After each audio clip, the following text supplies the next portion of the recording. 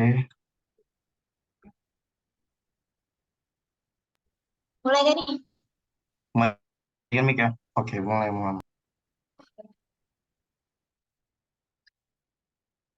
Assalamualaikum warahmatullahi wabarakatuh. Sebelumnya yang terhormat dosen pengampu interaksi dosen kota minggu ke-6, Bapak Adi Pandang Yudono SSI. Kami dari kelompok 8 yang akan membahas model pertumbuhan growth pool and regional network cluster, model compare. Next.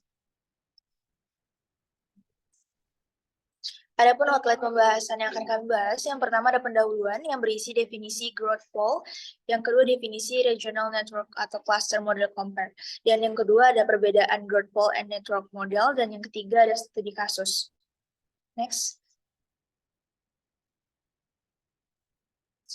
Adapun kami dari kelompok 8 yang beranggotakan saya sendiri, Absal Buku Handayani, Fatan Rizky Awan, Muhammad Ilza Zulfakar, dan juga Kartika Metetra.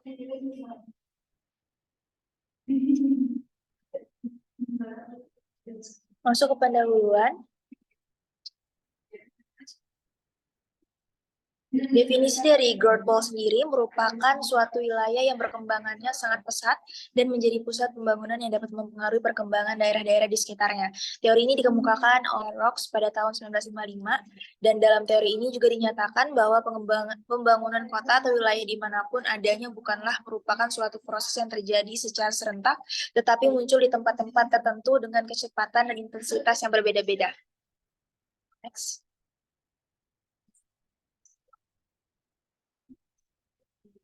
Adapun definisi Regional Network Cluster Model Compare merupakan salah satu konsep pengembangan wilayah yang termasuk ke dalam pengembangan wilayah dari dalam atau development from within.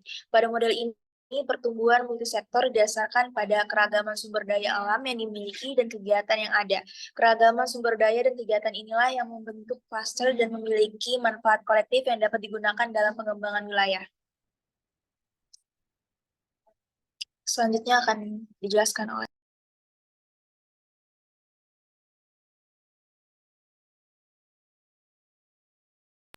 Selanjutnya yaitu perbedaan. Pusat pertumbuhan growth pool dan cluster network model yaitu dibagi menjadi variabel. Yang variabel pertama yaitu sektor basis. Growth pool berbasis di perkotaan dan network model semua sektor. Kalau variabel sistem perkotaan yaitu growth pool sendiri berhierarki, network model berkedudukan horizontal. Variabel interaksi desa kota, growth pool-nya yaitu berdasarkan penerimaan manfaat pasif, kalau network modelnya kompleksitas desa dan kota. Untuk variabel perencanaan, top-down perencanaan sektor itu growth pool, network model itu perencanaan desentralisasi.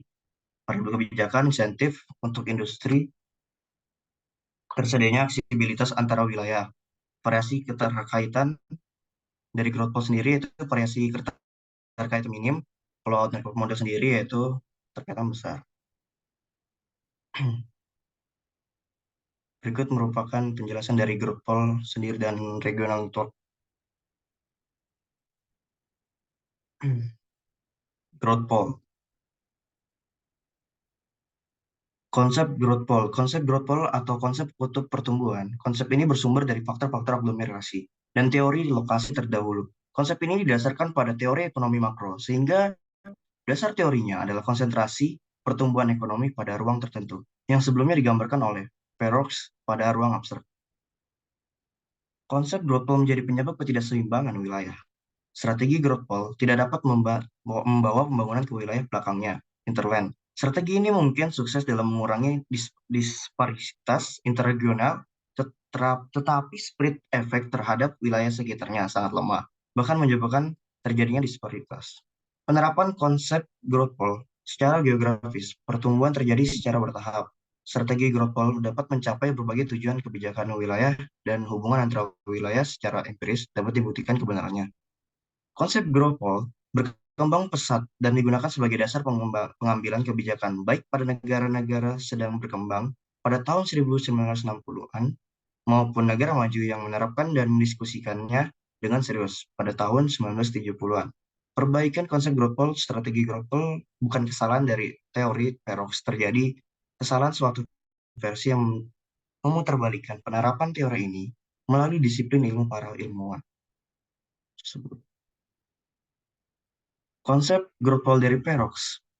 Fakta dari perkembangan spasial sebagaimana halnya dengan adanya perkembangan industri adalah bahwa pertumbuhan tidak terjadi di sembarangan tempat dan tidak terjadi secara serentak. Pertumbuhan itu terjadi pada titik atau kutub perkembangan dengan intensitas yang berubah-ubah.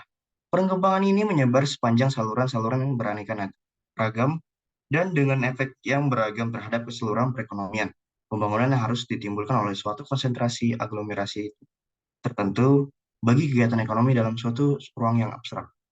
Glass Sitohang konsep leading industry dan perusahaan-perusahaan propulsif. Pada pusat kutub pertumbuhan terdapat perusahaan-perusahaan proplisir yang besar, yang termasuk dalam leading industries yang mendominasi unit-unit ekonomi lainnya. Konsep polarisasi, pertumbuhan yang cepat dari leading industry mendorong polarisasi dan unit-unit ekonomi lainnya ke dalam kutub pertumbuhan. Konsep surge effect atau trickling down effect, pada waktunya industri propulsif dinamik dari kutub pertumbuhan akan mencar keluar dan memasuki ruang di sekitar. Next. Selanjutnya akan dipresentasikan oleh teman saya. Baik, berbicara terkait dengan cluster atau network model yang dalam konteks interaksi desa kota. Next. Yang pertama adalah terkait dengan aspek kebijakan, teman-teman sekalian. Oke. Yang pertama terkait dengan aspek kebijakan, yang dimana ini merupakan hal yang harus diperhatikan oleh pemerintah selaku pengawas perkembangan klaster, yang dimana meliputi beberapa faktor, yaitu perbaikan iklim bisnis secara umum, pengumpulan dan penelitian informasi dan data mengenai tren dunia, penyediaan pendidikan, pelatihan dan infrastruktur dasar, dukungan terhadap hubungan bisnis dan jaringan antar pihak, penyediaan pelayanan seperti riset dasar, riset pasar, dan konsultasi proses bisnis, serta evaluasi dan pengembangan kebijakan dan program pemerintah untuk perkembangan perusahaan. Selanjutnya adalah terkait dengan konsep pengembangan cluster, yaitu sektor pertama adalah terkait dengan sektor produksi, sektor kedua adalah sektor pengolahan, dan ketiga adalah sektor pemasaran.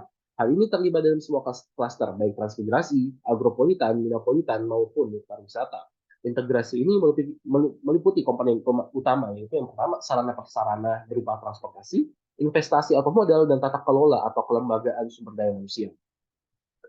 Selanjutnya terkait dengan konsep pengembangan klaster transmigrasi, di mana konsep ini meliputi pengembangan komunitas unggulan kawasan transmigrasi, pelibatan masyarakat dan usaha mikro, kecil, dan menengah dalam pengembangan komunitas unggulan, peran BUMDes atau BUMDes bersama dengan mengembangkan komunitas unggulan, pengembangan jaring kawasan transmigrasi, promosi komoditas unggulan, kebijakan pemerintah daerah, kabupaten atau kota, atau nama masyarakat dalam meminimalisir alih fungsi lahan, pelibatan pelaku seni dan budaya dalam kebijakan daerah tentang penggunaan tenaga kerja lokal, dan yang terakhir adalah terkait dengan insentif atau kebijakan daerah tentang investasi. Selanjutnya adalah terkait dengan konsep pengembangan klaster agropolitan. Kawasan agropolitan dicirikan dengan kawasan pertanian yang tumbuh dan berkembang karena berjalannya sistem dan usaha agrobisnis di pusat agropolitan yang diharapkan dapat melayani dan mendorong kegiatan pembangunan pertanian. Beberapa faktor atau tujuan yang hendak dicapai dalam proses agropolitan, khususnya yang pengembangan pedesaan, adalah sebagai berikut, yaitu terkait dengan mengubah wilayah pedesaan dengan cara memperkenalkan dan memasukkan kegiatan-kegiatan non-pertanian, menyeimbangkan pendapatan daerah dan kota, serta memperkecil perbedaan sosial ekonomi dengan cara memperbanyak kesempatan kerja produktif dari paduan sektor pertanian dan non-pertanian, dan yang terakhir adalah terkait dengan pemanfaatan tenaga kerja secara tepat guna dengan membuka peluang kerja dan berusaha dari perluasan kegiatan usaha non-pertanian dan pembangunan infrastruktur pembangunan. Selanjutnya ada terkait dengan pengembangan klaster minapolitan, yang dimana konsep pengembangan klaster minapolitan adalah sebuah konsepsi pengembangan ekonomi kelautan dan perikanan berbasis kawasan. Selanjutnya adalah terkait dengan pengembangan klaster pariwisata. Pariwisata merupakan kegiatan yang sangat mempengaruhi potensi pengembangan setiap daerah dan wilayah. Selain itu, pariwisata merupakan industri yang bersifat intersektor dan berkaitan dengan banyak kegiatan ekonomi lainnya, serta memberi dampak sektor yang bergerak di bidang penyediaan jasa. Contoh dari keterkaitan kota desa bentuk klaster yang dapat mendukung pertumbuhan ekonomi suatu daerah, yaitu Danau Victoria, yang dimana merupakan salah satu daerah penghasil ikan terbesar di Afrika. Namun, selama beberapa tahun terakhir, produksi ikan mulai menurun akibat peraturan kesehatan dan keamanan yang dilakukan oleh Uni Eropa. yang menyebabkan ekspor pun menurun, serta turunnya volume tangkapan akibat overfishing.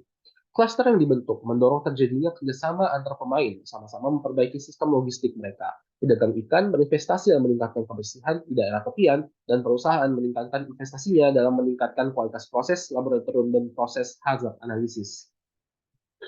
Selanjutnya, terkait dengan studi kasus akan dijelaskan oleh teman saya. Baik, selanjutnya terdapat studi kasus interaksi desa dan kota. Yang pertama, growth fall atau yaitu yang terdapat di kota Tangerang Selatan, di mana kota ini hanya berperan sebagai kota yang melayani kota Jakarta, yang dikarenakan kota ini bukan kota pusat perekonomian. Namun, dengan teori growth fall, kota Tangerang Selatan dapat berpeluang untuk menjadi pusat perekonomian dengan menyediakan komoditas dan sektor yang mampu menarik kegiatan ekonomi yang tidak tersedia di kota Jakarta. Berdasarkan analisis LQ, Kota Tangerang Selatan memiliki sektor unggulan, yaitu sektor energi, hotel, komersial, serta informasi komunikasi. Oleh sebab itu, diharapkan pemerintah Kota Tangerang Selatan mampu berfokus dalam mengembangkan sektor tersebut.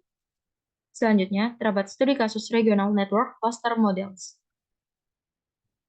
Sebagai contoh, kawasan industri di Cikarang, Bekasi memiliki posisi strategis sebagai Special Economic Zone di zona internasional atau ZOMI. Namun, keberadaan kawasan tersebut belum mampu memberikan trickling down effect bagi wilayah yang ada di sekitarnya. Oleh karena itu, agar klaster industri di Cikarang Bekasi dapat terbentuk, diperlukan adanya kolaborasi berbagai kelompok stakeholder dan menentukan aktor yang menjadi penanggung jawab dalam membentuk klaster industri. Sekian presentasi dari kelompok kami. Mohon maaf apabila ada salah kata. Wassalamualaikum warahmatullahi wabarakatuh.